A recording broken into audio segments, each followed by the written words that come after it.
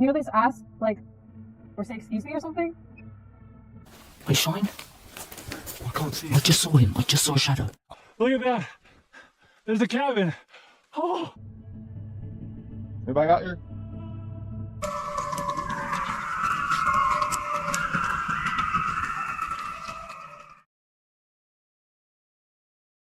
Number 1. Victoria decided to turn her Jeep into a small camper so she could live on the road full-time. She spent years traveling across the country, sharing both the fun and difficult parts of van life with her audience. Most of her adventures were peaceful, and many people enjoyed following her journey. But one trip into the forests of New York took an unexpected turn. She wanted to try free dispersed camping for the first time in that area. So I save so much money when I'm here, which I'm saving money right now to go international, do van life internationally. We're gonna do that first. Then I'm going to, for the first time ever, I'm gonna find free dispersed camping, probably in New York. I'm gonna go to New York today. And I've never done this in this area, so I don't know what I'm gonna find. Hopefully it works out. Hopefully I'll have somewhere to sleep today. But let's get some groceries first. After driving around for a while, she found a quiet place deep in the woods and parked for the night. I'm not much of a hiker, but these woods are so serene. It's very nice out here. I want to tell you guys what I'm doing after this. I'm going somewhere else. There's something that makes me incredibly uncomfortable. That's the thought of driving in a different country. I'm already kind of uncomfortable driving here in America in the cities and stuff, but driving in a different country I've never done before. It's just something that I feel like, oh, I can't do that. I booked a flight to do just that. This is a huge challenge for me that I want to overcome to kind of gain more confidence. And I feel like this will open a door to so many more things. I don't have to just stay in America to do driving. I mean, maybe I'm just making it harder than it is. She set up camp, made herself some food, and spent the evening relaxing. The forest was calm, the surroundings were beautiful, and everything seemed like the perfect place to spend the night. That peaceful feeling didn't last. Around 1:30 in the morning, Victoria suddenly woke up when another vehicle pulled into the campsite. What the fuck?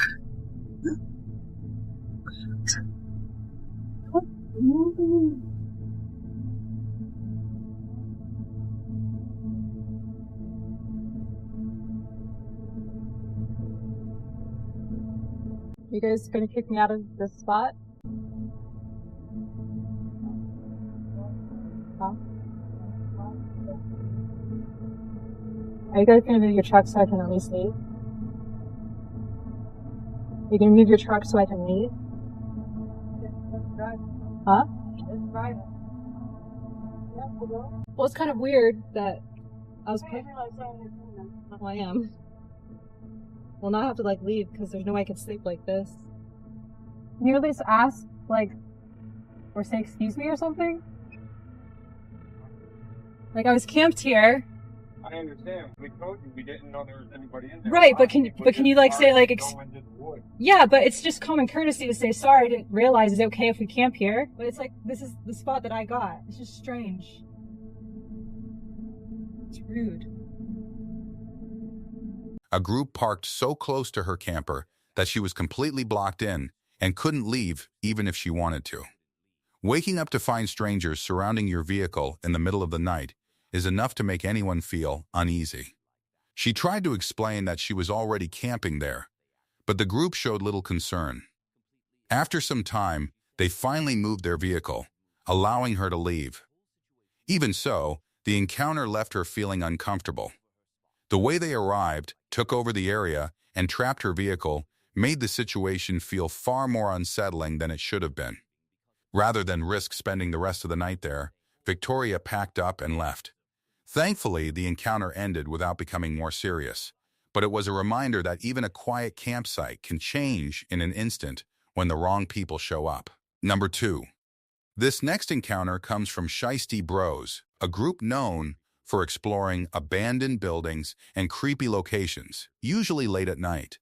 Their videos mix humor with exploration, but this trip quickly became much more unsettling than they expected. Just right in front of my headlight. Bro, do you hear all the birds, bro? What? Yo, what is that? Is that a skunk? Can't see anything. Yo, I didn't mean to honk. No, did we miss the skunk? Yo, I still see the skunk. Yo, Dexter, what did you find? Me? I'm not talking about the skunk. What is this? It's like a pile of sticks. This is probably where the skunk lives. Wait, it looks like there's something back there. Yo, you got this thing stuck? No. We're cooling. We're cooling. Bro, do you hear all the birds? It's gonna be a long night. This is gonna be a long night. Yo. Yo. I seen its ass. It sprayed you, Dexter? No. Bro, I wish. That would have been hilarious.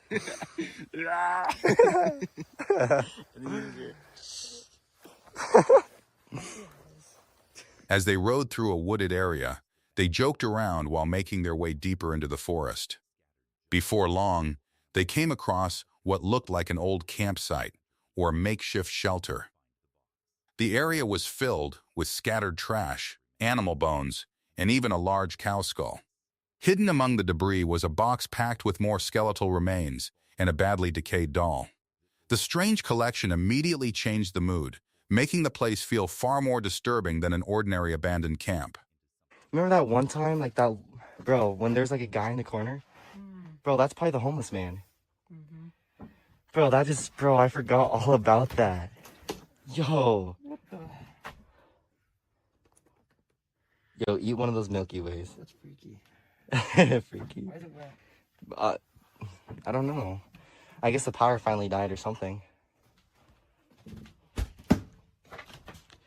Yeah, we went here like a couple years ago, and there's really a homeless guy right here.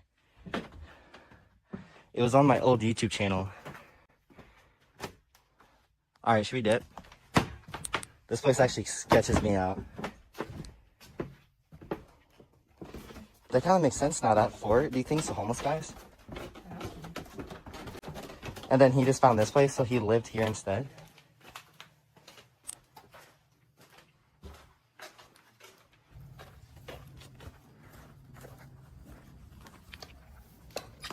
The group realized they had actually visited the same location years earlier when they believed someone had been living there.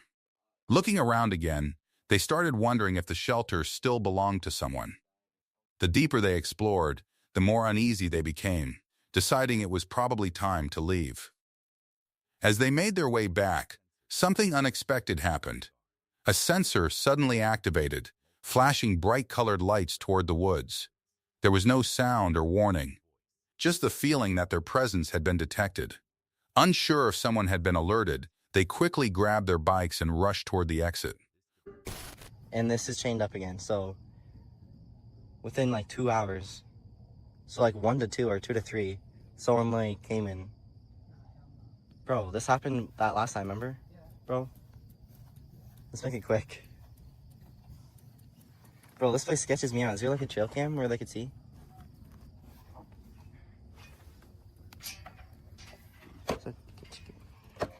Oh, I gotta back up. You got me? Bad, thanks. When they finally reached the gate they had entered through, they were met with another surprise.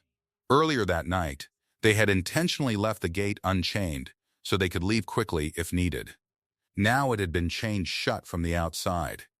Whether someone had found the open entrance and secured it afterward, or it was simply a coincidence, the timing couldn't have been worse. Thankfully, they eventually managed to get out safely. Even if there was a perfectly reasonable explanation for everything that happened, the combination of the abandoned shelter, the strange discoveries, the flashing sensor, and the locked gate created an experience that would leave anyone questioning whether they had truly been alone in those woods. Number 3. This next encounter comes from Under the Weather, a channel where James documents his hikes and wild camping trips across the remote landscapes of Scotland. On this adventure, he set out to find the Marston Stones, a group of standing stones believed to be around 5,000 years old. After getting lost on previous attempts, he was determined to finally reach them. Welcome back. On our way to find some 5,000-year-old standing stones. They were placed there by Druids many moons ago. I've tried to find this place a few times and I got lost every single time, so let's hope if we get a chance today. I think you need to cross the river. That's just what I've been told. Cross the river, then take a right and a right again. And we'll see how we get on.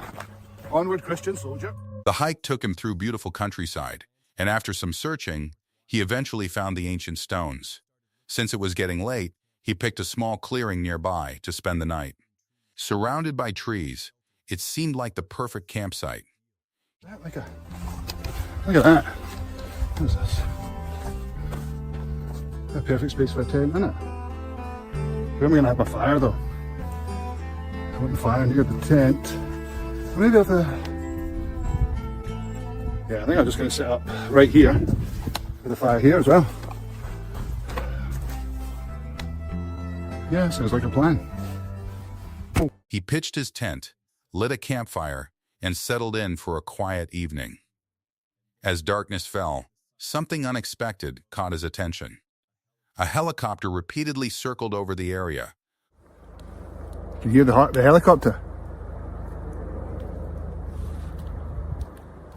It's been flying over quite a bit, and I just hope that they aren't looking for someone and I've got a fire going and I get rescued, if you know what I mean, because I don't need rescued yet. Looks like the fact they're starting to come out the chicken, which is setting the fire alight. It's all good news.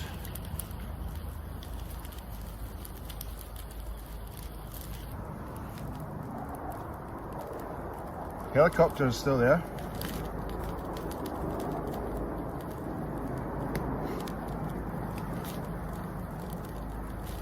A bit ominous if you ask me. Wow. We go away. There it is.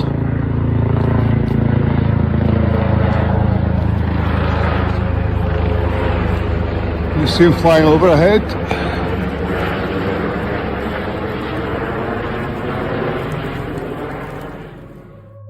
Flying low and sweeping the forest below with what appeared to be a searchlight.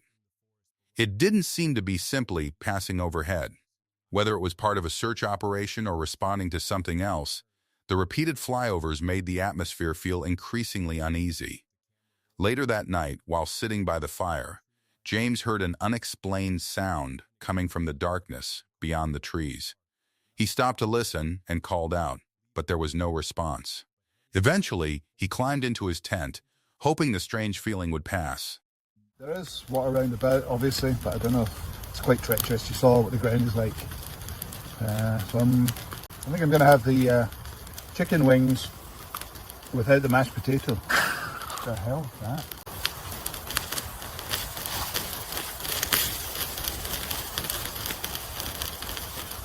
Hello?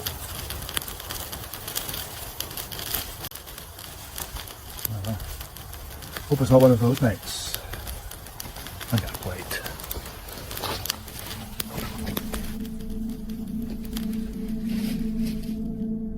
Not long afterward, he woke to more noises outside. Unsure of what he was hearing, he tried to convince himself it was distant traffic or another harmless sound. Nope, nope, nope, nope, nope, nope, nope, nope. Nope, nope, nope, nope, nope. Nope, nope, nope, nope, nope, nope, nope. Shit. You just have laughing there. Or something.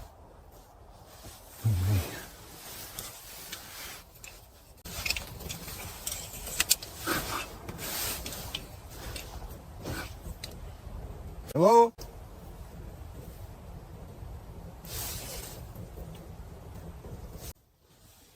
Hello?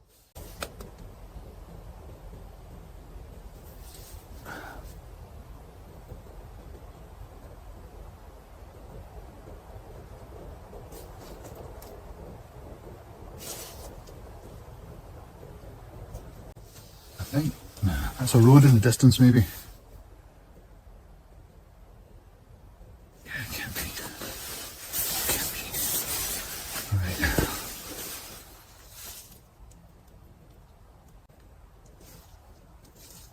I can't hear anything, so let's turn this off. Right. Good night. Before finally attempting to get back to sleep.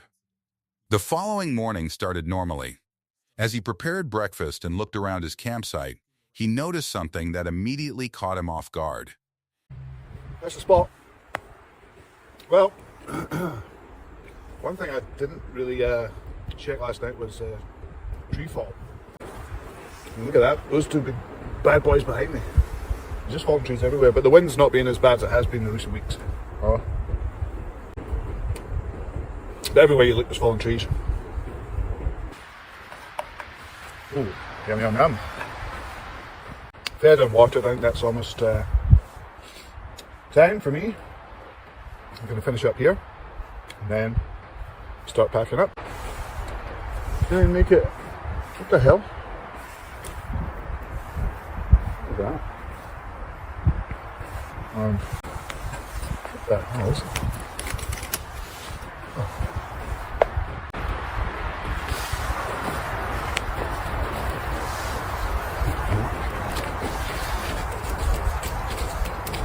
Look at them trees. What the fuck is that? That is a fucking pentagram. Hanging above the area where he had spent the night was a pentagram. James was convinced it hadn't been there when he set up camp, leading him to believe someone may have entered the campsite while he was asleep. Without wasting any more time, he packed up and left the area. No one ever explained the helicopter, the strange noises during the night, or how the symbol appeared above his campsite. Each event could have an ordinary explanation on its own, but together they created an experience that left James with the unsettling feeling that he hadn't been alone in those ancient woods after all. Number 4. This next encounter comes from Aliawa's Life, a UK-based urban exploration channel run by a parkour athlete known for climbing abandoned buildings and spending nights in places most people avoid. On this occasion, he and his friends decided to investigate Daring Woods, better known as the Screaming Woods in Kent, England. Guys, yeah, it's something fun. I'm f***ing in tears, to be honest. I've been laughing my f***ing head off. Probably shouldn't be, as Lee says, the ghost ain't gonna find it funny. I won't find it funny. I can't work him out. I can't work out if he's being dead serious. But yeah, it's a proper sketchy place. Obviously, this is a different video for you guys. Not gonna lie, all the build-up, I'm a bit fucking scared now, but we're gonna dive straight in. At first, the group tried to keep things light, joking with each other as they entered the forest. But the deeper they went, the more the mood changed. The stories surrounding the woods suddenly didn't seem so easy to laugh off. While exploring an old churchyard, they noticed something standing among the trees. It was a tall, thin silhouette, completely motionless in the darkness. No one could tell exactly what they were looking at. They tried convincing themselves it might be a tree or an animal, but the shape didn't seem to move at all. As they stared, the silence became almost unbearable. Then, it happened. No. Lee, let me look at your eyes again. Oh, let's go, please. Let's go. No, we embrace it. Let's embrace it. It is called the Screaming Woods, and we just did hear a scream. Guys, But- I'm not about making content, yeah, and full on fucking lying. We're stood there, and I hear a fucking scream in the distance, like an actual fucking scream. I want to say it was an owl. It definitely was not an owl. we heard it. It went again. It was a girl scream. Finn, come on. Finn, I don't like it. we got. Fuck off. Look in between the tree. He's not moving because Why is he on his own?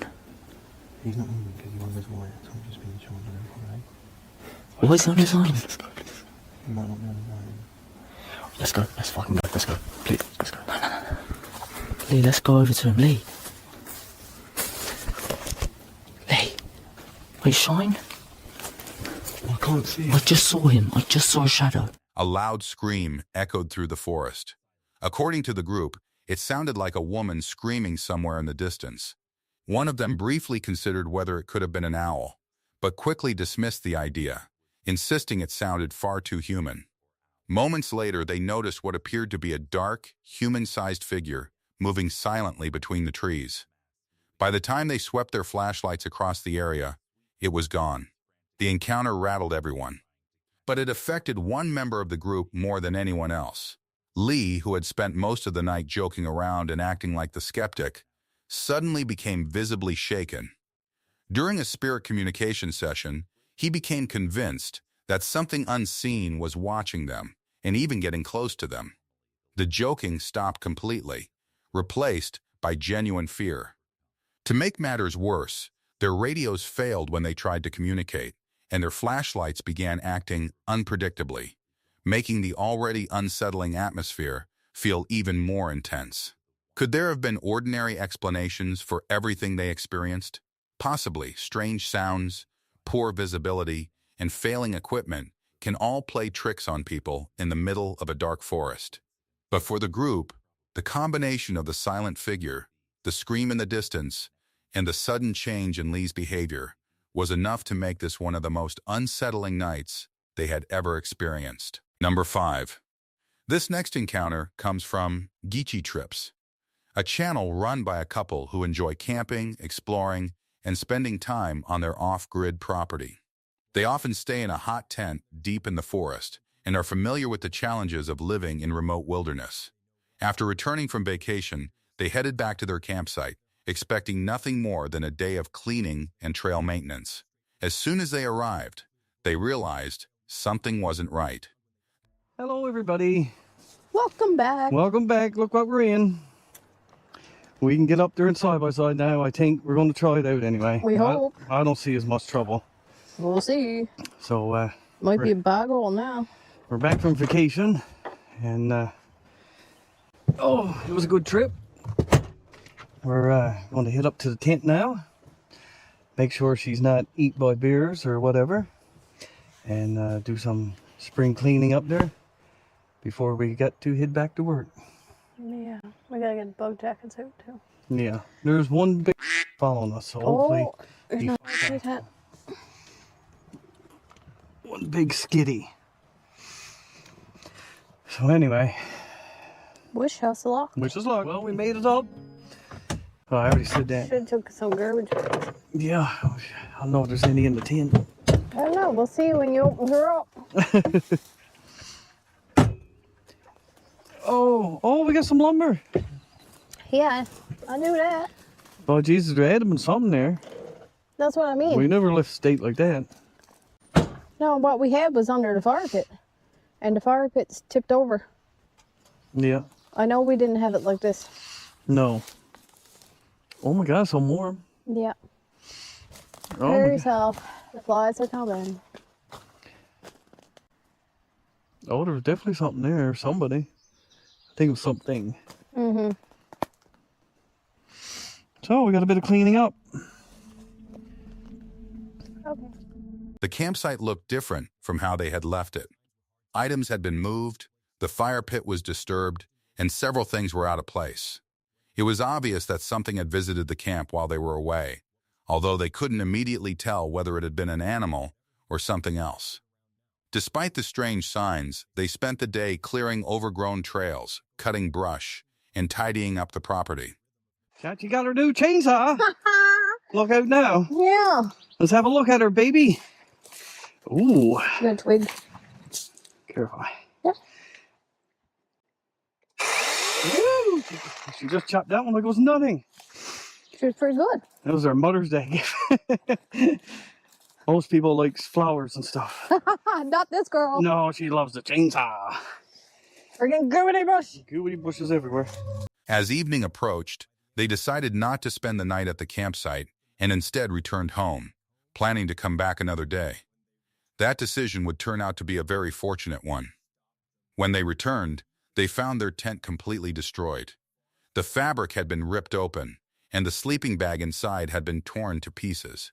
Whatever had entered the campsite had used tremendous force, leaving almost nothing untouched. The mystery didn't last long. Their trail camera captured the culprit. A large bear had broken into the tent after they left. We got a few fly bites. Or go to bed. Oh yeah, a lot of feathers there. What? Yeah, that was the winner. Yeah, that's what you were talking about. Yeah. They're everywhere. Well, Down if it wasn't for these bug jackets, we'd be killed. Kind of happy we're not sleeping up here tonight now. Yeah, the floors are crazy. I don't think I'd be able to deal with it. Oh no. Huh. She's ripped open. Holy Something got in there. yeah. Badly too. Oh my. Holy There was definitely a bear. Well, that's it. Yep. Well, I got the trail camera to see it. Sake. Yeah. What in the Oh, he ripped her to shreds. You goddamn rude you did. I'm afraid to see if he's still in there. The bed and everything. Oh, Hey, bear! Hey, bear! Oh, well, it's a good thing we got truck up there. Sleeping bag and everything shredded. Not in there, is he? Oh my Jesus.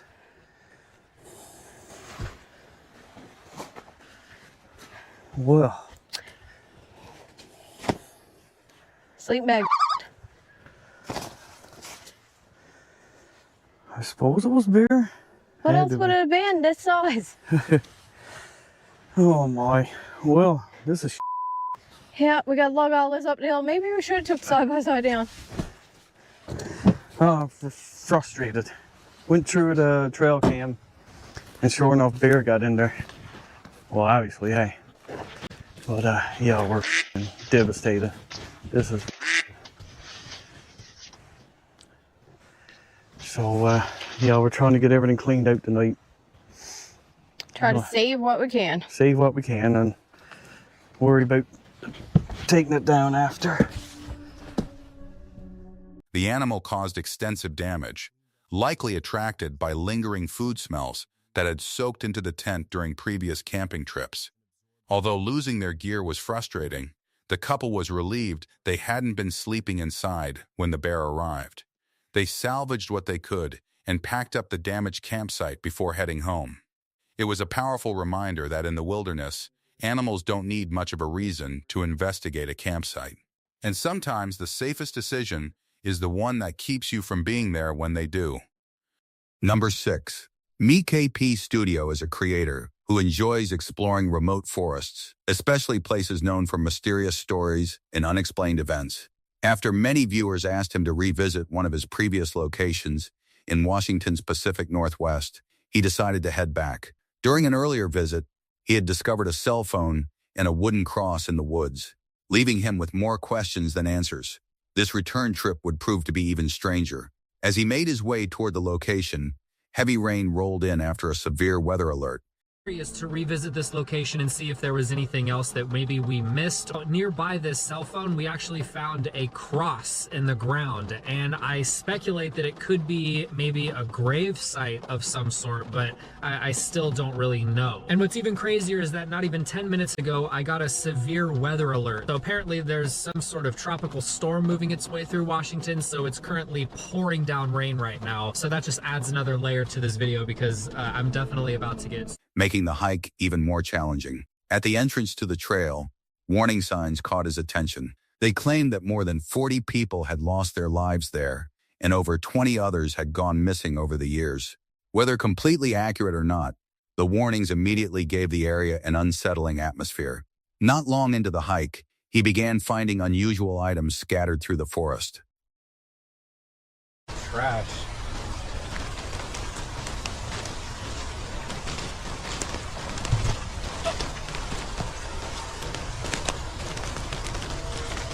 Yo, it's a suitcase and a tire.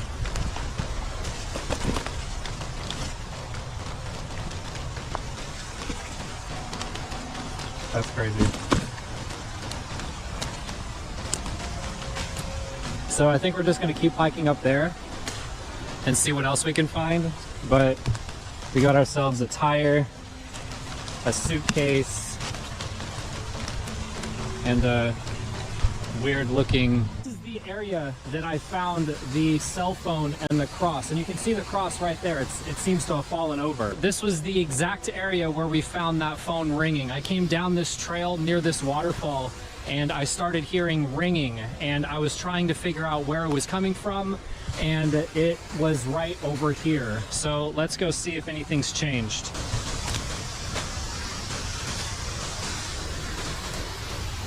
Whoa, there's something else right down there.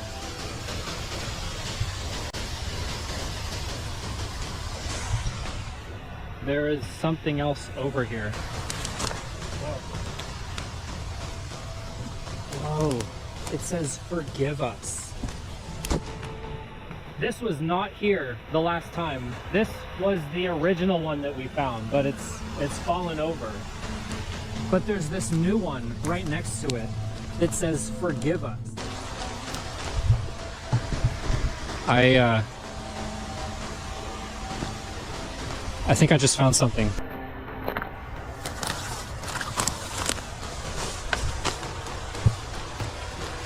Holy.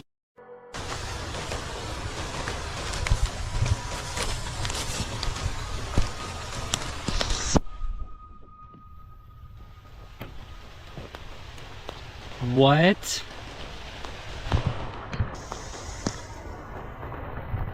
Okay. I'm speechless right now. I feel like we have just stumbled across something that we were not supposed to. So we have found ourselves in a situation here, and I don't know what to do next. There was an old suitcase, a tire, a blanket, and later, several missing person posters. Nearby, he also discovered an abandoned sleeping bag with a shotgun shell inside.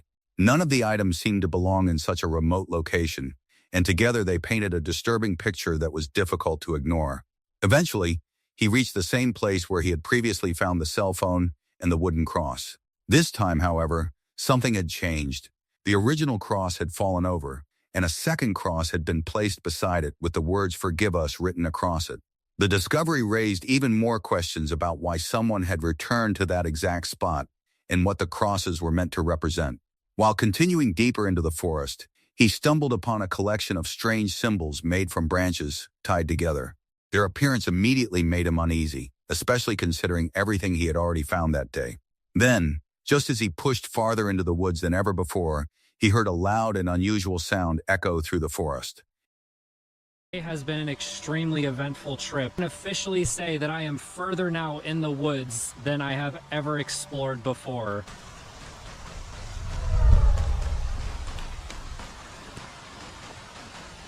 Whoa. What was that?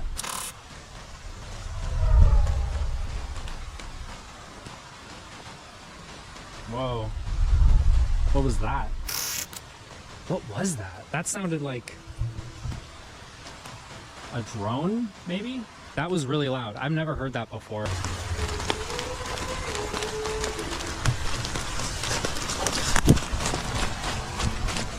It didn't resemble any animal or anything he recognized from nature. That was enough for him to end the exploration and head straight back to his vehicle. Looking at everything together, the abandoned belongings, the mysterious crosses, the strange symbols, and the unexplained sound, it was hard not to wonder if they were somehow connected. There may be perfectly ordinary explanations for each discovery, but taken together, they created a mystery that still has no clear answers. Number 7. This next video comes from Explore the Unknown, a channel that explores abandoned industrial sites, forgotten tunnels, and other isolated locations. On this trip, the team entered a railroad tunnel that dates back to 1865, bringing cameras, lights, and paranormal investigation equipment to document anything unusual they might encounter. Not long after entering the tunnel, Well, yeah.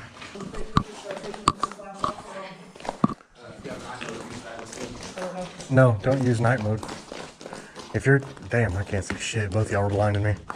If you're trying to, like, catch anything, yeah, just leave it regular, turn the flash on. Well, if you're trying to get a good picture. No, don't use night. No. If you're trying to get a picture of it, yes. But if you're trying to just get some pictures to check.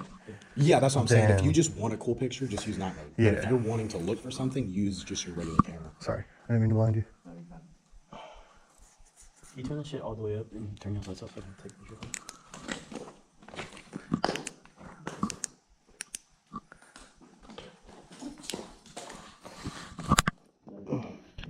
Yeah, well,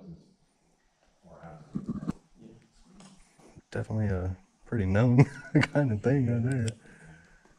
Alright, if that was you that did that, can you make any other noise or anything so we know you're here?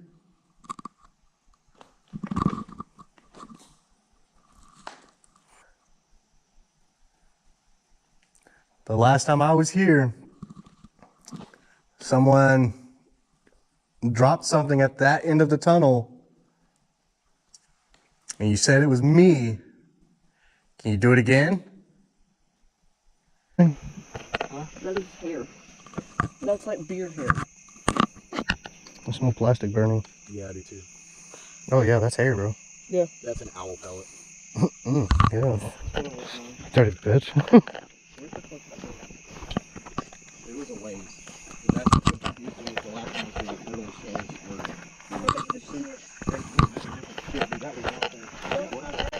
Well, hold on. Well,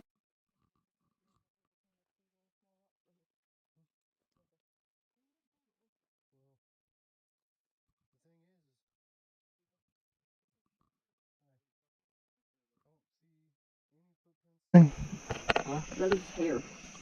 That's like beard hair. I smell plastic burning. Yeah, I do too. Oh yeah, that's hair, bro. Yeah. That's an owl pellet. Yeah. Dirty bitch. It was a laze. That's what usually the last one was like little stones. The first problem appeared. One of their headlamps suddenly stopped working without any warning. There was no flickering or sign that the battery was running low. The light simply went out, leaving part of the group standing in complete darkness. They continued deeper into the tunnel, hoping it was nothing more than an equipment failure. As they moved farther inside, they began hearing unexplained noises echoing through the tunnel. Unsure of what caused them, they tried to determine whether the sounds were simply echoes or something else hidden in the darkness. The atmosphere became increasingly tense as every noise seemed louder in the narrow underground passage. Only a few minutes later, another flashlight started failing. With two of their main light sources no longer working, they found themselves deep inside the tunnel with very limited visibility. Then they noticed a strong smell drifting through the air. It resembled burning plastic mixed with singed hair, an odor that seemed completely out of place in the cold, damp tunnel. They searched for a logical explanation, but couldn't identify where it was coming from. Between the unexplained sounds, failing equipment, and strange odor, the team decided it was best not to push their luck.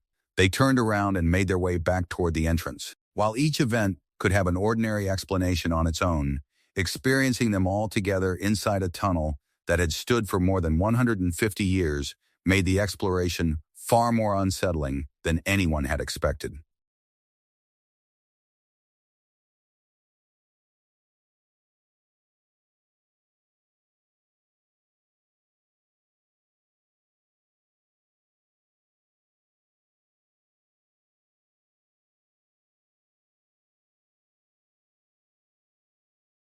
Number 8.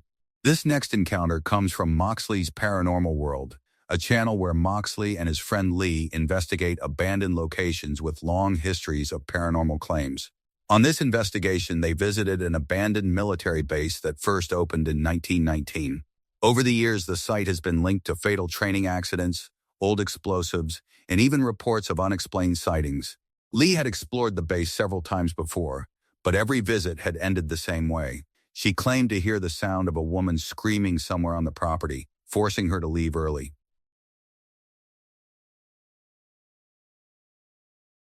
Tonight, coming out to this old abandoned military base. This place has got a lot of history of paranormal activity, even alien sightings dating back to 2008. But my main one here is what Lottie's witnessed in the past. I think she's had to leave this place in a hurry in the past as well, because it's just that sinister. So yeah, with that, let's get in here.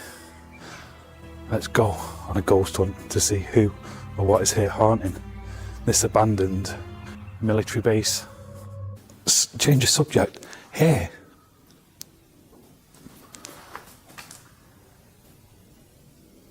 Mate, Scream. that was a scream.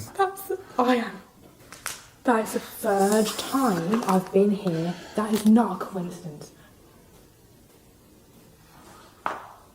Hello? Right, that wasn't a fox. That wasn't any animal scream, that. No. That felt like a woman scream. That's what I've heard. That's the third time I've heard that. How do you explain that? And what were the chances of me being here and every time, apart Hearing from a once, scream? I've heard, but if it was an animal, why would the same animal every time I'm here? What are the chances of that? Yeah. Be very, very, very slim, mate. That's what I mean. Screaming not too long ago. Abandon. The devil is real. The devil is real. It's real. Why would the... Unholy. Unholy. The devil is real, unholy. Okay. When I was here, it literally come through and it said, Jesus is a see you next Tuesday. Clear as day. Hoping to finally document what was happening, she returned with Moxley for another investigation. Not long after entering the base, they heard the same scream again. This time, Moxley heard it as well. Both agreed it didn't sound like an animal. The scream echoed through the empty buildings, making the already abandoned military site feel even more unsettling. As they continued exploring, they began using paranormal investigation equipment. Almost immediately, both devices displayed similar words related to dark or unsettling themes. Around the same time, a nearby bell rang on its own, even though neither of them was close enough to touch it. Whether it was a coincidence or something else, the timing added to the growing tension. Later, while preparing to enter one of the buildings believed to be the most active on the property, another scream rang out through the darkness. This one sounded louder and more desperate than before.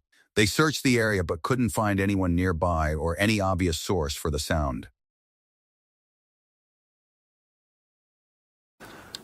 Are you recorded? I don't think I got, I'll be honest with you, I don't think I got it. I stopped recording because we were just getting ready to do a spirit box session. That was a scream like... For help, was it? That come from down there. Have you ever been down that side? Yeah, there's nothing there. That was a full-on freaking scream. There's nothing to say to that. That was... Somebody screamed. You can believe us or not believe us, or... I can't believe I just turned the camera off. Literally, I was just about to get the spirit box out to ask, give us a sign if you want us to go over there, and it was like... screaming for help. Like, help. Like, That was... for me, yeah. it's like a woman in pain screaming for help. Yeah. Because if potentially there is something sinister waiting in... I know it sounds wild, in that building. Yeah. Yeah, there. Did you hear this?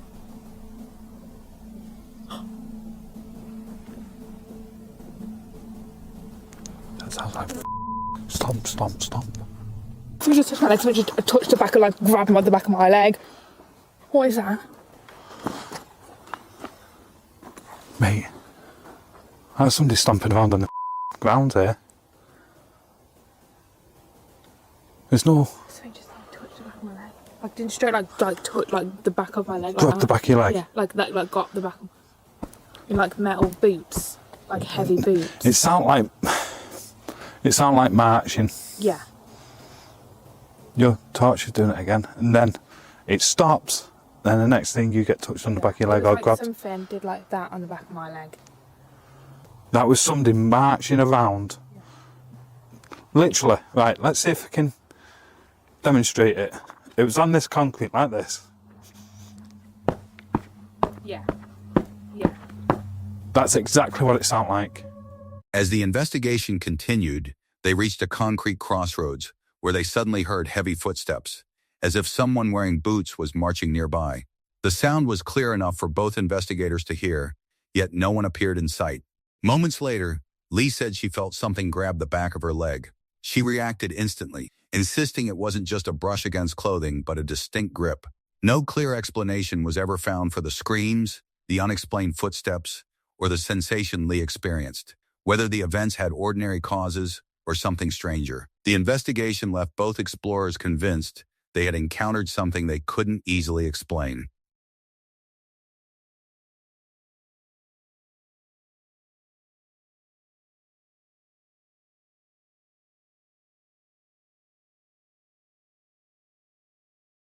Number 9.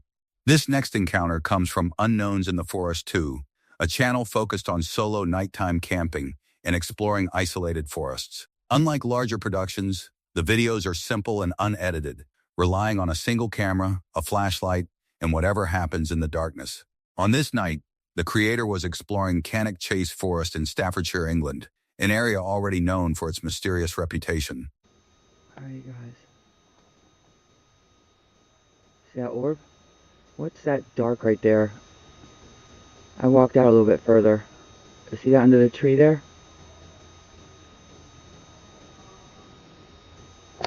If I can zoom in.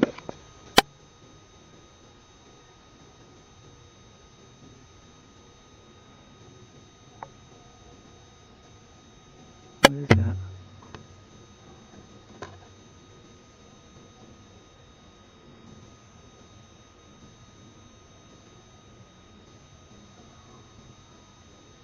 Does that look like a long snout on it? A long snout on it? Or am I just seeing things?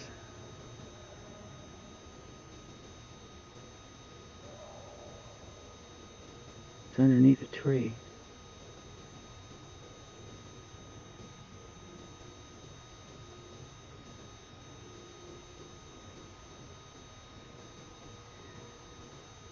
Did it move? Looked like an orb was flying around it. That was a bug. Sorry, I don't have it on a tripod.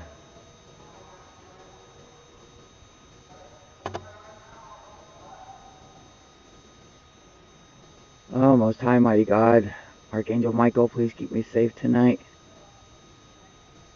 Mighty God. The video begins with him scanning the tree line after noticing something unusual in the distance.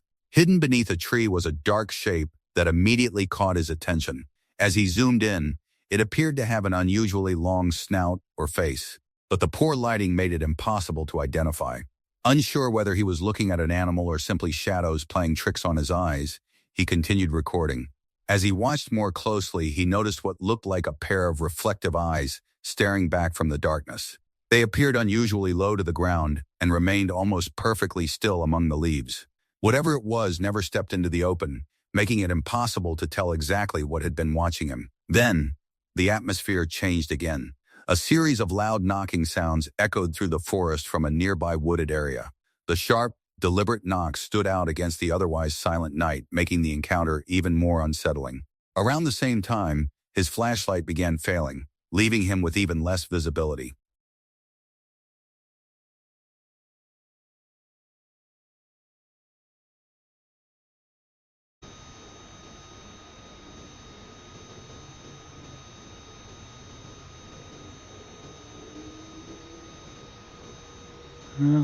Well, does anybody's got eyes?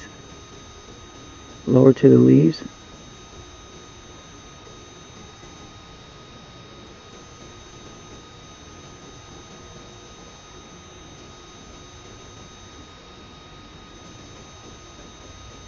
I don't know. Looking through this looks like it's got a face. I don't know until I download.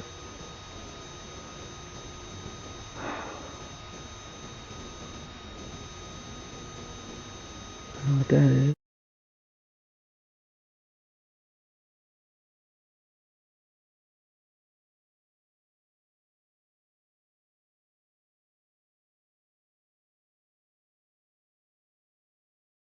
Faced with strange shapes in the darkness, unexplained sounds, and unreliable equipment, he decided not to push any farther into the forest. Whether the figure was simply wildlife, an optical illusion, or something else entirely remains unknown.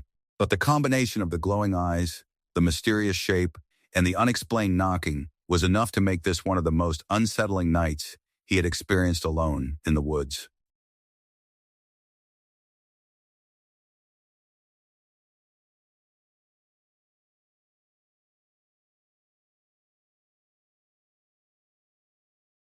Number 10.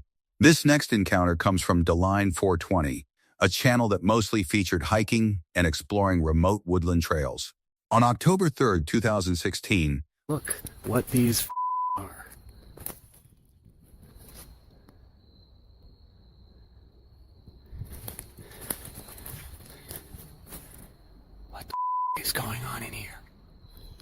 And this isn't like woods I've never been to. Like, I've been here before. I've been here a lot. I've been here so much, I've actually been to the hospital getting stitches because of some of the adventures that I've had. That's beside the point. These are all different fucking people. And they're all just... This is Utah, Florida.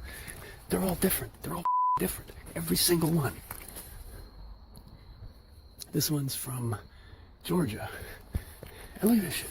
Like, look where the we are. Who the does something like this? What started as an ordinary hike through a forest in Suffolk County, New York, quickly turned into something deeply unsettling. The trail wasn't new to him. He had walked it many times before and knew the area well. But on this visit, something immediately felt different. Trees had been knocked down and deliberately arranged across the path, almost as if someone wanted to block anyone from going farther. After forcing his way through, he stepped into a hidden clearing. At the center was an old fire pit surrounded by missing person flyers taped to the trees.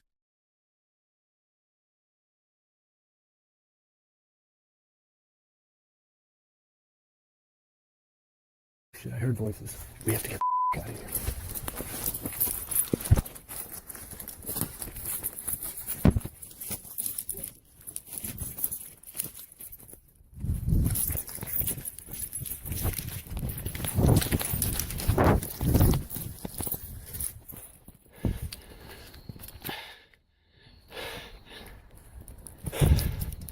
Oh.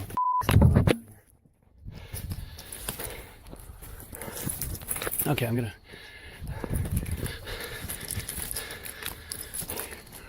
we gotta stop recording so that I can post this. I'm not,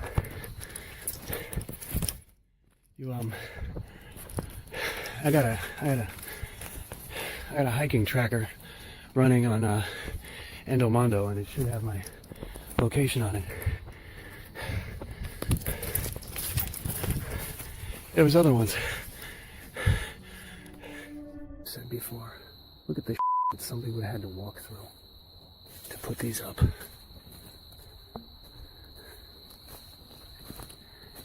What's really crazy is they use plastic tape.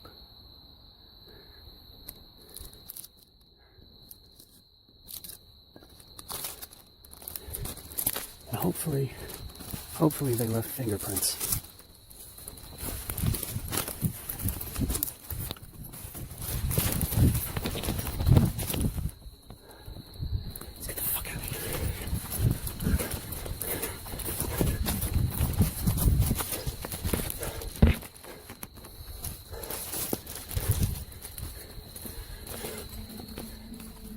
They weren't all for the same person.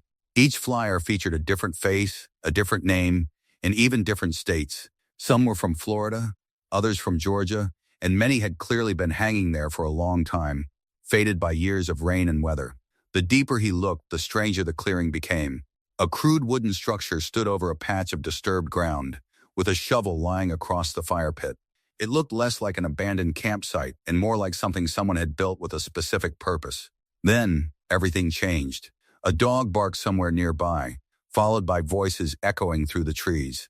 They sounded close, but he couldn't tell where they were coming from. Suddenly feeling exposed, he decided it was time to leave. Before ending the recording, he explained that he was uploading the footage immediately, just in case anything happened to him. Days later, he returned to mark the exact location. The clearing was still there, but something had changed. New missing person flyers had appeared on the trees. Someone had visited the site after his first discovery and added even more posters. The plastic tape holding them in place looked fresh, making it clear that whoever maintained the clearing had been back. Realizing someone was actively returning to this hidden spot, he filmed one final sweep of the area before backing away and hurrying through the woods. I gotta put this away.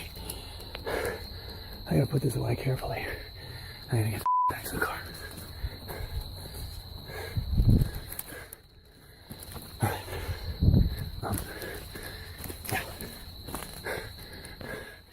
He didn't stop until he reached his car.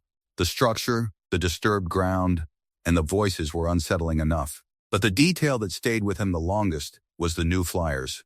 Someone had come back after his first visit, Knowing the clearing was no longer a secret, that realization was enough to make him leave for good.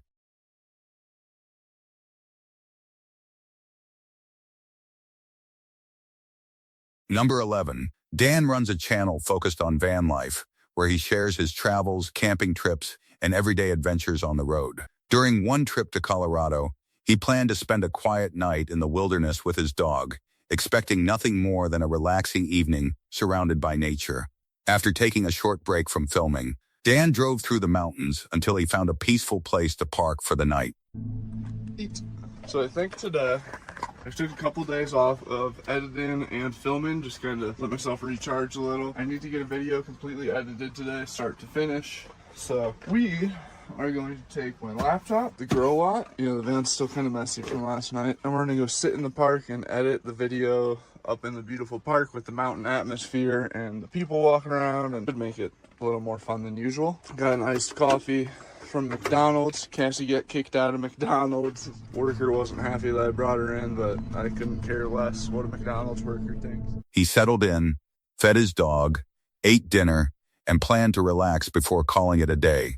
Everything felt calm, and there was no reason to think the night would be any different from his previous camping trips.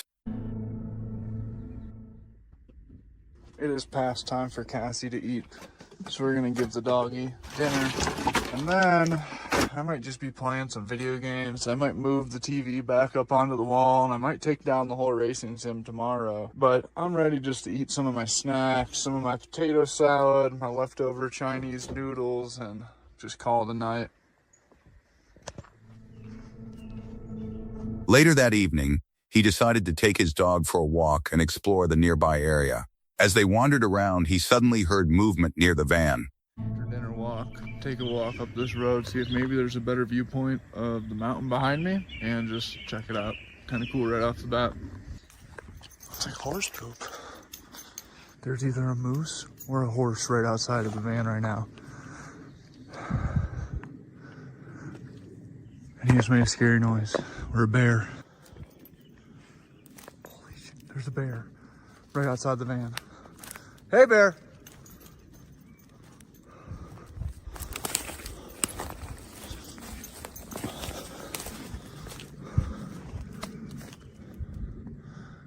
He's huge. He's huge.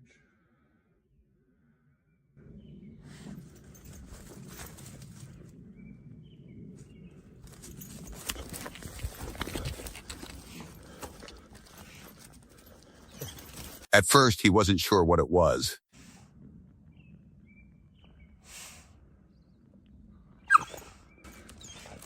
If I wouldn't have said something, he was gonna go in the van. If I wouldn't have hollered, hey bear, he was about to walk his way right into the van. Stay. Cassie, sit. Sit. Hey bear. Hey big guy. He considered that it could be a horse or a moose, but within seconds, he realized it was something much bigger. Standing only a short distance away was a large bear. Even more alarming, it appeared to be walking directly toward the van. Dan reacted immediately, making loud noises to get the bear's attention before it got any closer. Thankfully, the animal stopped, looked around, and eventually turned away instead of continuing toward the vehicle. The situation could have ended very differently. If Dan hadn't noticed the bear when he did, it might have wandered right up to the van before anyone realized what was happening. With his dog nearby and the campsite so isolated, the encounter had the potential to become extremely dangerous. Fortunately, the bear lost interest and left the area without causing any harm. The encounter served as a reminder that wildlife can appear without warning, even in campsites that seem peaceful. Staying alert and paying attention to your surroundings can make all the difference when you're spending the night in remote wilderness. Number 12. This next encounter comes from Sasquatch and Paranormal in Wineberry Holler, a channel where the creator documents unusual activity on family property in the hills of West Virginia. Instead of relying only on cameras, she often explores the land herself, searching for footprints, strange signs, and anything that might explain the unexplained reports from the area. During an evening walk around the property, she explored an overgrown section filled with old debris left behind by previous owners.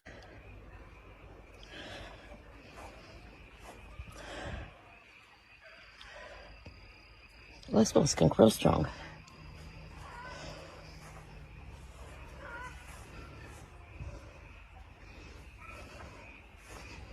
Yeah, but, you know, no, this is a skunk. This smells like skunk. It couldn't be nothing but skunk.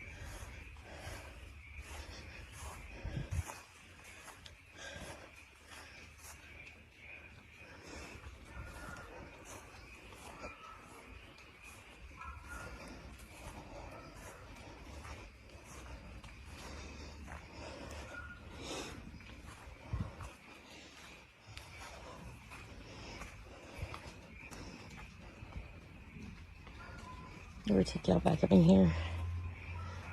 We've got the people that lived here before, they've piled stuff up and made a big mess. So we have a lot of cleaning to do. Look how beautiful this is. Let me show y'all something.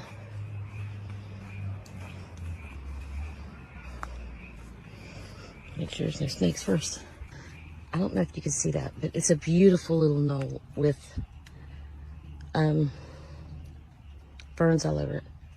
Wouldn't that be amazing to put a picnic table on? The area was quiet, surrounded by thick trees and dense vegetation. As she continued walking, the peaceful atmosphere suddenly changed. She began hearing heavy footsteps moving through the leaves nearby. The sound seemed to match her own pace, making it feel as though something was following her through the woods. Each time she swept her flashlight across the trees, she couldn't see anything clearly, but the footsteps continued just beyond the edge of the light.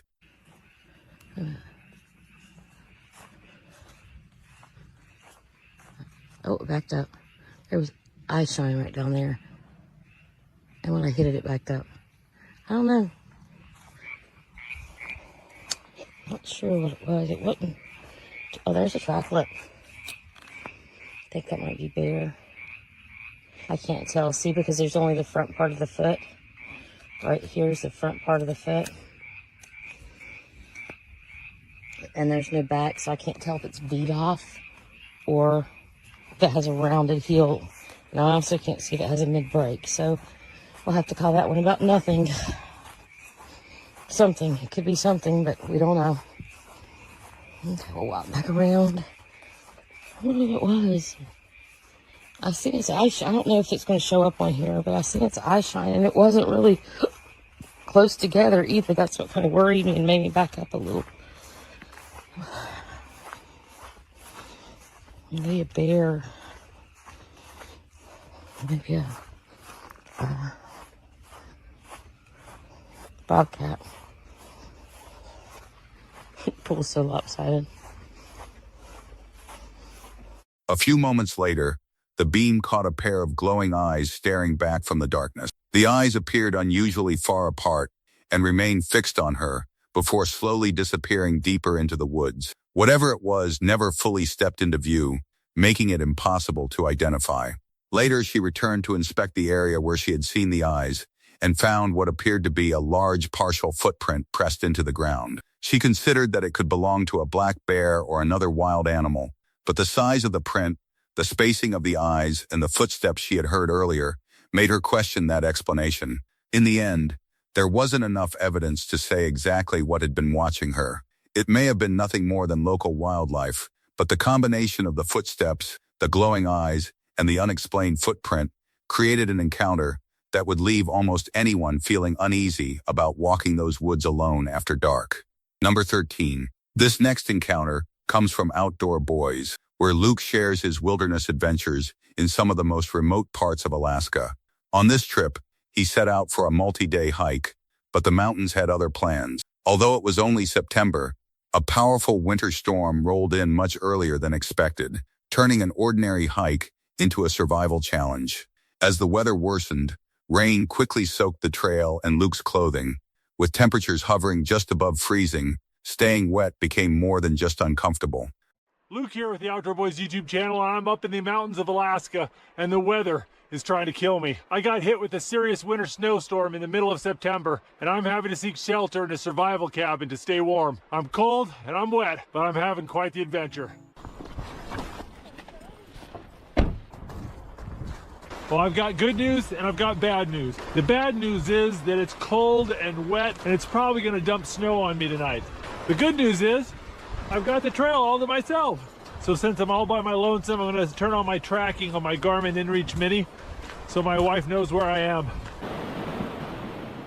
Cold, wet conditions can quickly become dangerous in the backcountry, especially when you're miles away from help. Realizing the risks, he activated his emergency tracker so his family could monitor his location. Despite the worsening conditions, Luke continued hiking through rain, slush, and rocky terrain. My pants are getting wet. I can start to feel it soak through right there. I'm breaking the main rule of big boy survival. Don't wet your pants. Look at that water. That is so clear. Gorgeous.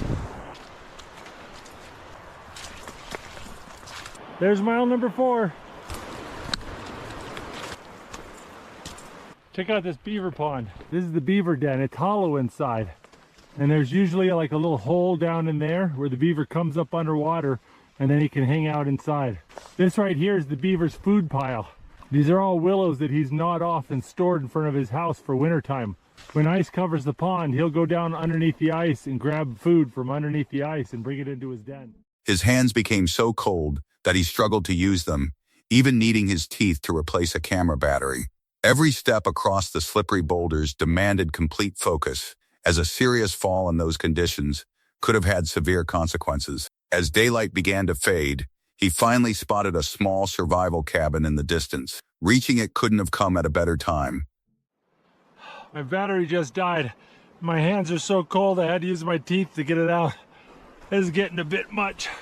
I need to find some shelter.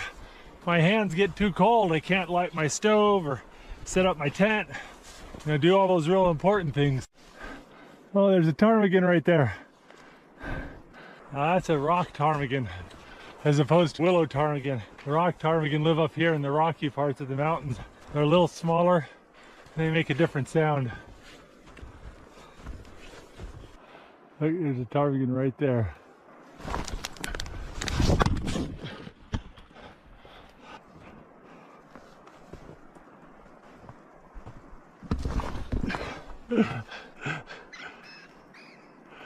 I knew I should have brought the 22. Having to pick my way through these boulders is taking so much time. I gotta be careful I don't fall down. Oh, I am exhausted. My limbs are numb. It's slick. It's getting dark. It's really easy for me to take a bad fall here. I've got to be careful.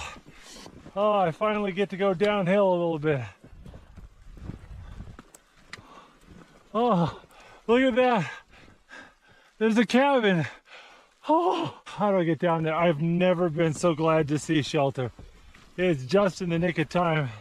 Sun is gonna set here in less than an hour. Slow is fast, fast is slow. Oh. Oh.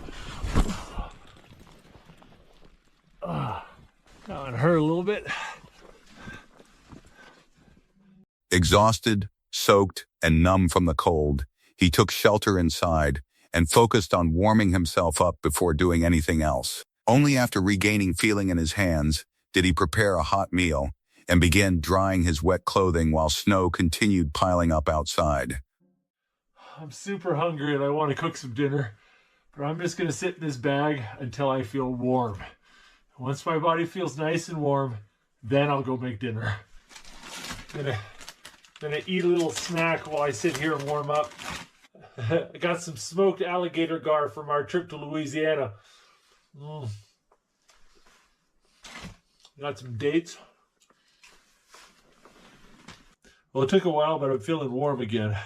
My base layers and underwear are still pretty wet, but it's warm. That's a lot better. But I think I need to make some dinner. It is getting really late. Oh, it is cold in here.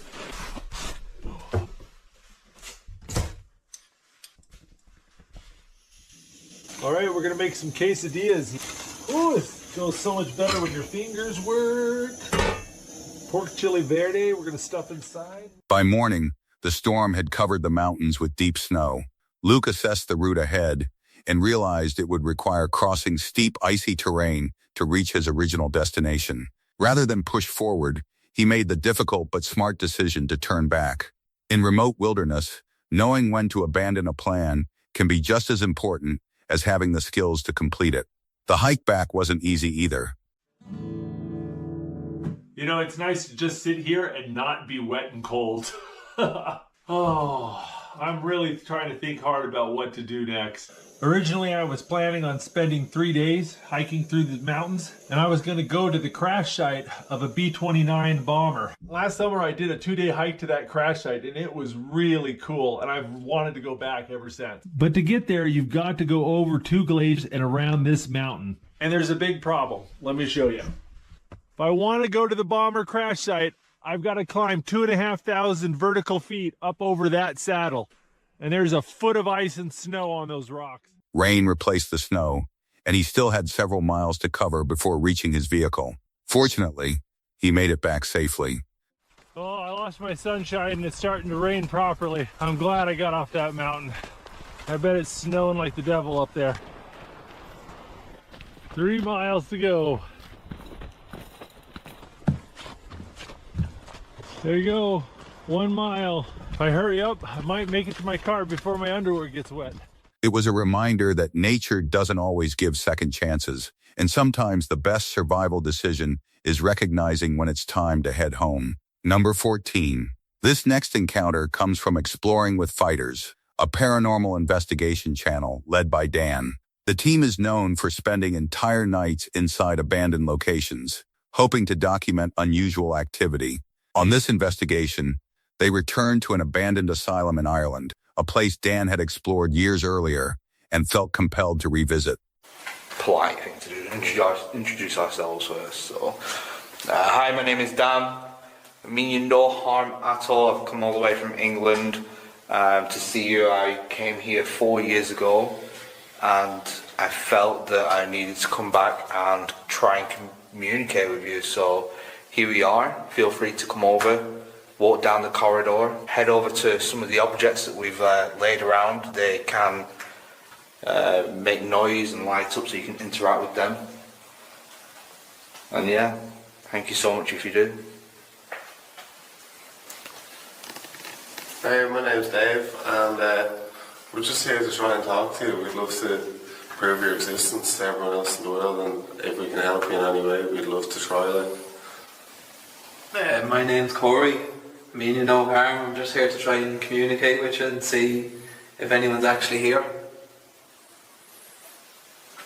My name's David. I'm also with Dan, come all the way from the UK, and yeah, we mean no harm.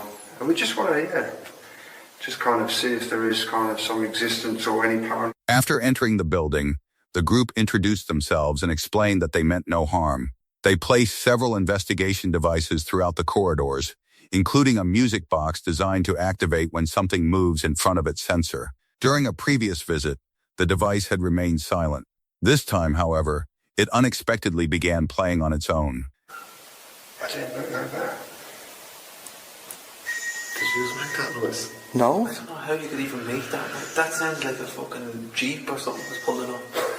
It sounds like you're... Maybe it's a Jeep. Oh, you know what it sounds like? Wrong with I caught that on audio, must have. You sure that wasn't you? That was not him. There was no way. So where did you hear it come from? Behind us. It was like... I don't even know what you heard. Because I heard it come from behind me.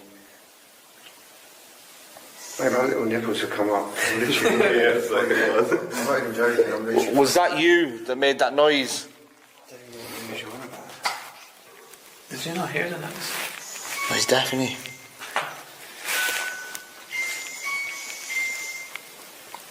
What did you hear? Do you like the music box? Like a breathing. But it was really loud. Yeah. As the night continued, the team heard several strange noises echoing through the building. One sound seemed to come from directly behind them, but when they looked around, no one was there. A short time later, someone reported hearing what sounded like loud breathing nearby, adding to the growing tension inside the abandoned asylum. Rewind it, bro. Yeah. Now play it.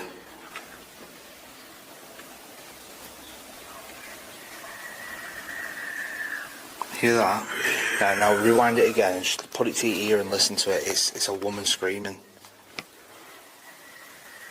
Oh, yeah, that's horrible. Rewind it, let Corey listen to it.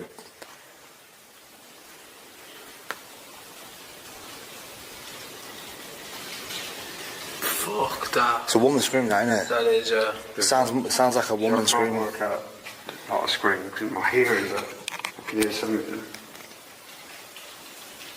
Brain started again, I missed it. Huh? I missed it again, sorry. Rewind it a bit more. Yeah, a bit more. It's because you can't hear. This is a sting. As soon as that scream goes.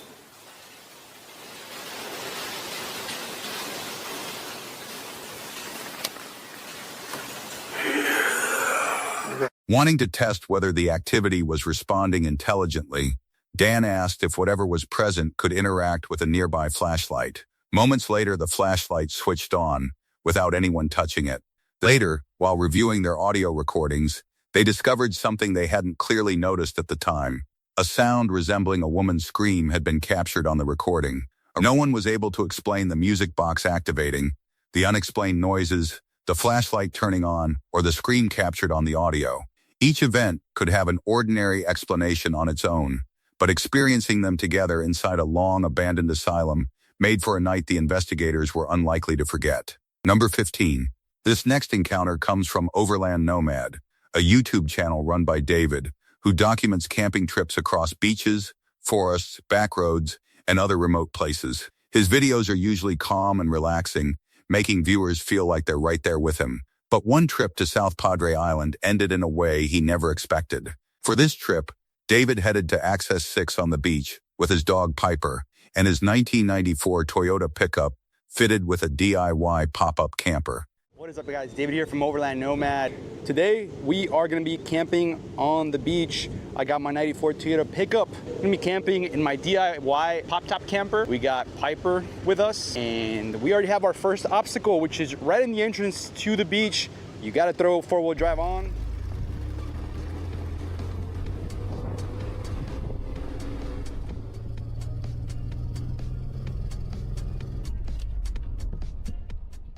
After finding a quiet spot, he settled in for the evening. As darkness fell, the beach became completely silent. Apart from the sound of waves and the moonlight reflecting off the water, there was almost nothing around. He believed he had the entire beach to himself, except for a single vehicle far in the distance. Well, guys, this is a great way to start 2026, a solo trip out here in South Padre Island. One of my favorite places to camp. Maybe, no, I'm not gonna say the most because the sand is annoying, but you get rewarded with this beautiful view of the ocean or the Gulf and the waves. And on top of that, I get the whole beach to myself. There's been only a few fishermen that have traveled south, and I do know that there's one car out there. I could see its lights, but I mean, I have the whole entire beach to myself. It doesn't get any better than that, guys. Later that night, while cooking dinner inside his camper, David noticed a light moving toward his campsite.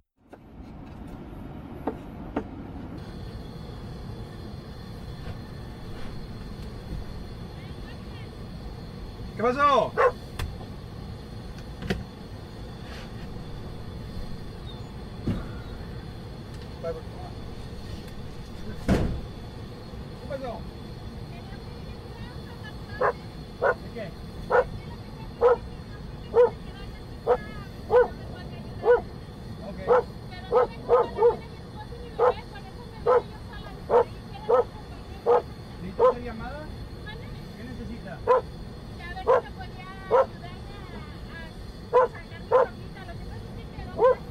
At first, it startled him badly.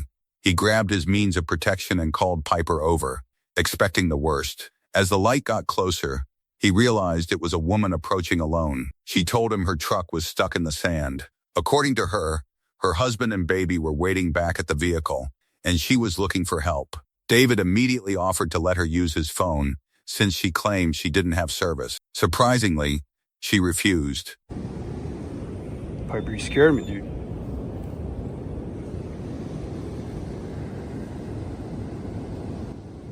I kid you not, I was cooking and I was just having to stare through the window and I see a light like coming up, like someone walking. And I freaked me out. I got my protection and I grabbed Piper because Piper will attack. And yeah, it was a lady. I saw there was a car that went up to the East Cut. And I do know that there's one car out there. I could see its lights, and I guess they're stuck. But look, I would love to help, but I'm by myself. There's no one out here. And I don't know if it's a trap. I don't know. So, you know, I offered to call. You know, I have signal. She said she didn't. I said, well, I can call, you know, you can use my phone. But yeah, that's sketchy. That was the moment his instincts told him something wasn't right. He couldn't understand why someone would walk alone across a dark, empty beach toward a stranger's campsite while leaving her husband behind. If she truly needed help, why refuse the chance to call for assistance? Rather than take the risk, David decided to pack everything up and leave. All right, guys, I'm gonna pack up and leave. So that was a weird situation. I got a really bad vibe about it. So I'm gonna go ahead and skedaddle because it just didn't sound right. She had a freaking phone. I offered her to make a phone call. She said no. I don't know. And, you know, I might sound like a jerk, but I don't know, man. I'm out here by myself. There's no patrolling law enforcement out here. You're on your own, like the Wild West. Last thing I want to happen is get jumped or robbed or something. I mean, I can see the car light up there, like it comes in and out, but I don't know. I don't want to be in an ambush. Something weird. He admitted it might make him seem overly cautious, but he was completely alone, with no nearby law enforcement and no one who could help if something went wrong. The entire situation gave him a bad feeling he couldn't ignore. All right, guys, this is probably the creepiest camping situation I've ever had, to be honest with you. So I packed up everything. I'm just verifying everything is here. One thing stood out, though. Piper had been unusually alert throughout the encounter, reacting in a way David wasn't used to seeing. Many viewers pointed to the same detail in the comments, saying that when your instincts and your dog's instincts tell you something is wrong, it's usually worth listening. In the end, David drove away safely. He may never know what was really happening on that beach that night, but trusting his gut ensured he never had to find out. Number 16. This video comes from Chris, the creator behind NKP's Paranormal, a paranormal investigation group on YouTube and Facebook. Outside of ghost hunting, Chris also enjoys camping in remote areas. After repeatedly hearing strange howls, branches snapping in the woods, and capturing unusual images on his trail cameras, he decided to spend another night at the same location to see if he could figure out what was going on. He packed his camping gear, set up his tent, and prepared for an overnight investigation. What's up, guys? Your friendly ghost hunter here, Chris. So I've decided to come back here and camp out for you all tonight. All my gear.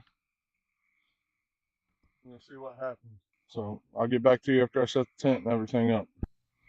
I do have my pew-pew again tonight with me, just in case something goes down. But I'm going to try to get set up inside the tent. Then maybe we'll do a walk around here later. I'll get back with you after I get this set up. Before settling in, he explained that he had also brought a means of self-defense, just in case something unexpected happened during the night. After getting comfortable inside the tent, Chris began using some of his paranormal equipment while recording. For a while, nothing unusual happened. Well, I'm going to give you all a few more minutes, and then we're going to call this quit with this stuff. Then we're going to go out and walk around and see what we can get into, see what we can find. And then we're going to call it a night. Hey! Hey! What the is that? Jesus Christ. Something just literally jumped on this tent. Despair. Who is out there? Did you all see that? Alright guys, I'm back out here. I don't see anything.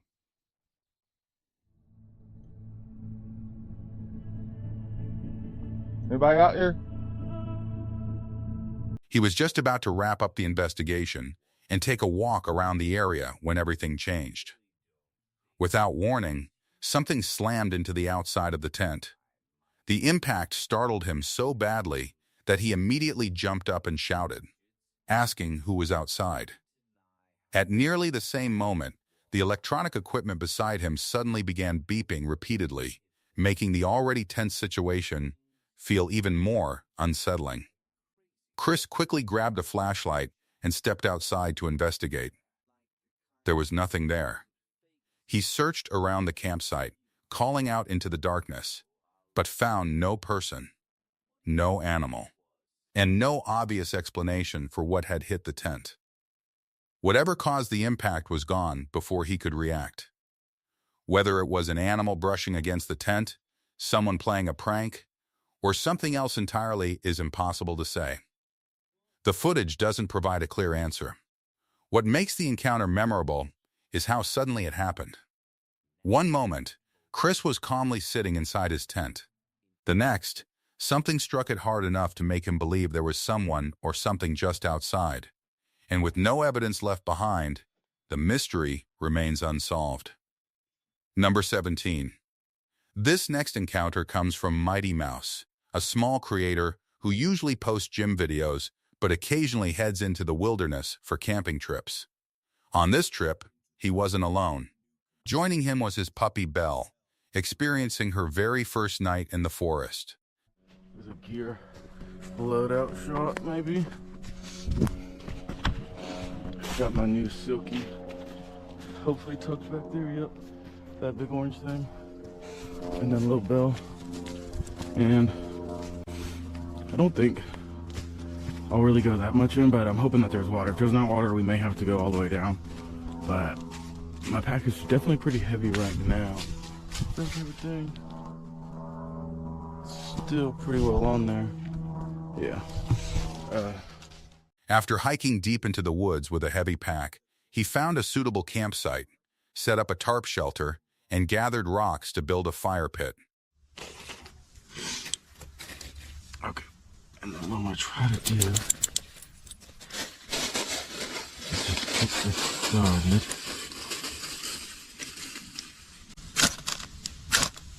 Come on, there we go.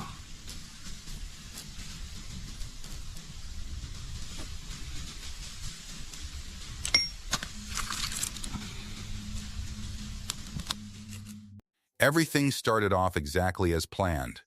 The weather was calm, the campsite was peaceful, and there was nothing to suggest the night would be anything out of the ordinary. As darkness settled over the forest, the atmosphere began to change. She definitely seems a little tired and kind of scared, maybe. I don't know. Is your nail okay? I hope she didn't hurt it. No, I think she's fine. It's dirt.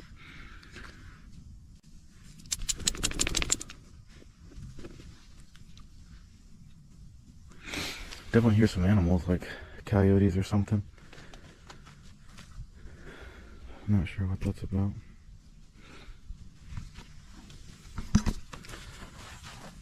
But it's 5:36.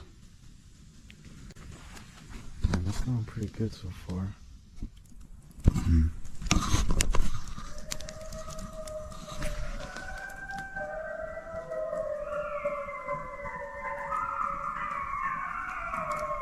Oh no, bro.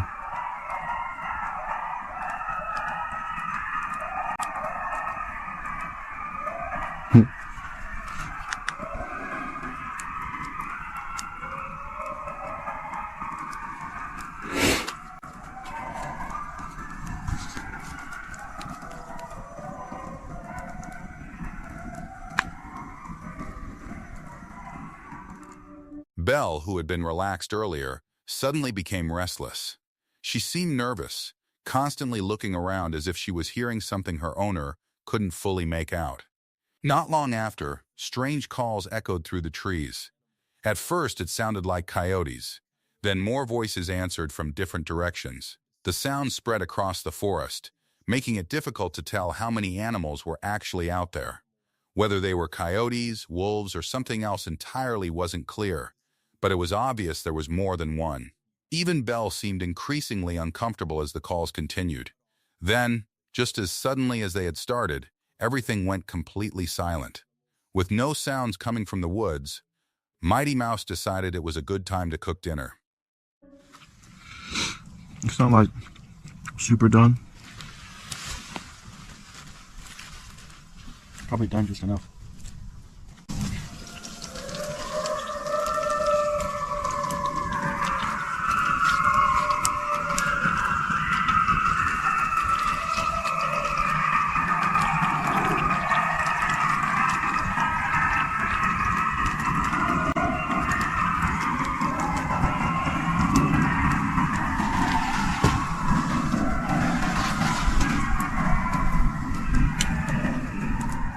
In hindsight, preparing food while predators might still be nearby probably wasn't the safest decision, but thankfully nothing approached the campsite.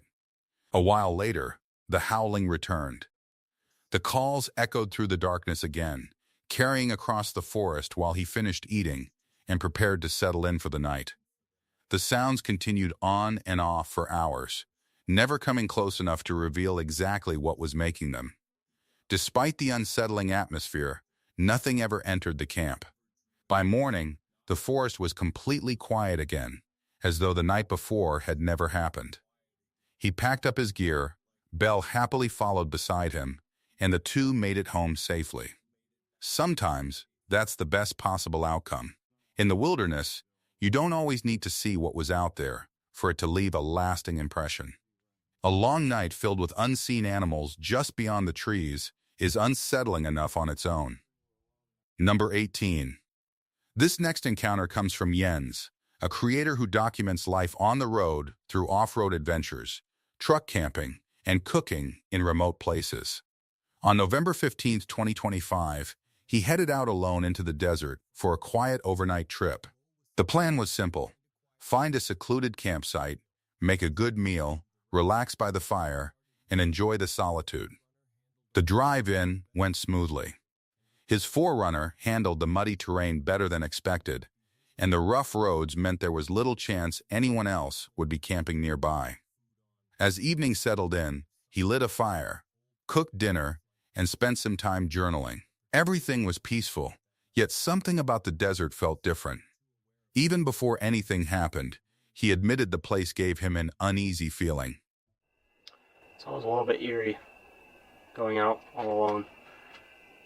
Just in the desert for me. I don't know what it is, even though this is where I live right now, but I've done a lot of solo camping in my life at this point, and I never feel like a little bit eerie. I don't know what that feeling is. Despite years of solo camping, he said there's something about being completely alone in the desert that always feels slightly unsettling. He couldn't explain why. It was just a feeling that never seemed to go away. Then, out of nowhere, a small animal wandered into camp. It walked right up to his vehicle and began sniffing around the back. Holy guys. There's a little animal right there. I think it might be a little bobcat. Coyote. Shoot! Go away! I hope he's not attracted to my food. What was that thing? God. I'm gonna eat this in my freaking car. I don't want to be out here. Piss off! In the darkness, he couldn't immediately tell what it was. Maybe a bobcat. Maybe a coyote. Whatever it was, it showed little interest in keeping its distance. He tried shooing it away, hoping it would lose interest and disappear into the night. It didn't. Instead, the animal kept returning, circling the campsite as though it had caught the scent of his food. Oh my gosh. Well, it's safe to say we are not alone out here. Jeez. You can call me a baby if you want, bro. but I have no idea what is outside my car right now. Some type of critter animal. The repeated visits quickly turned what had been simple curiosity into genuine concern. Not wanting to take any chances, Jens decided to eat the rest of his meal inside the safety of his vehicle, instead of sitting outside. Later that night, after cleaning up the campsite, he climbed into his rooftop tent and settled in. But once darkness fully took over, every sound seemed louder than it should have been. Every rustle in the brush carried through the quiet desert.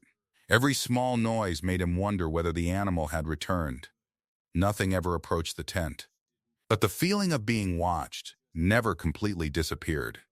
It lingered in the back of his mind until sunrise finally brought some relief. The next morning, the desert looked completely different. The sun rose over the landscape, the air was calm, and the uneasiness of the night slowly faded. He packed up his gear, made his way through one last muddy section of trail, and drove home without incident. Sometimes the most memorable camping experiences aren't the ones where something dramatic happens.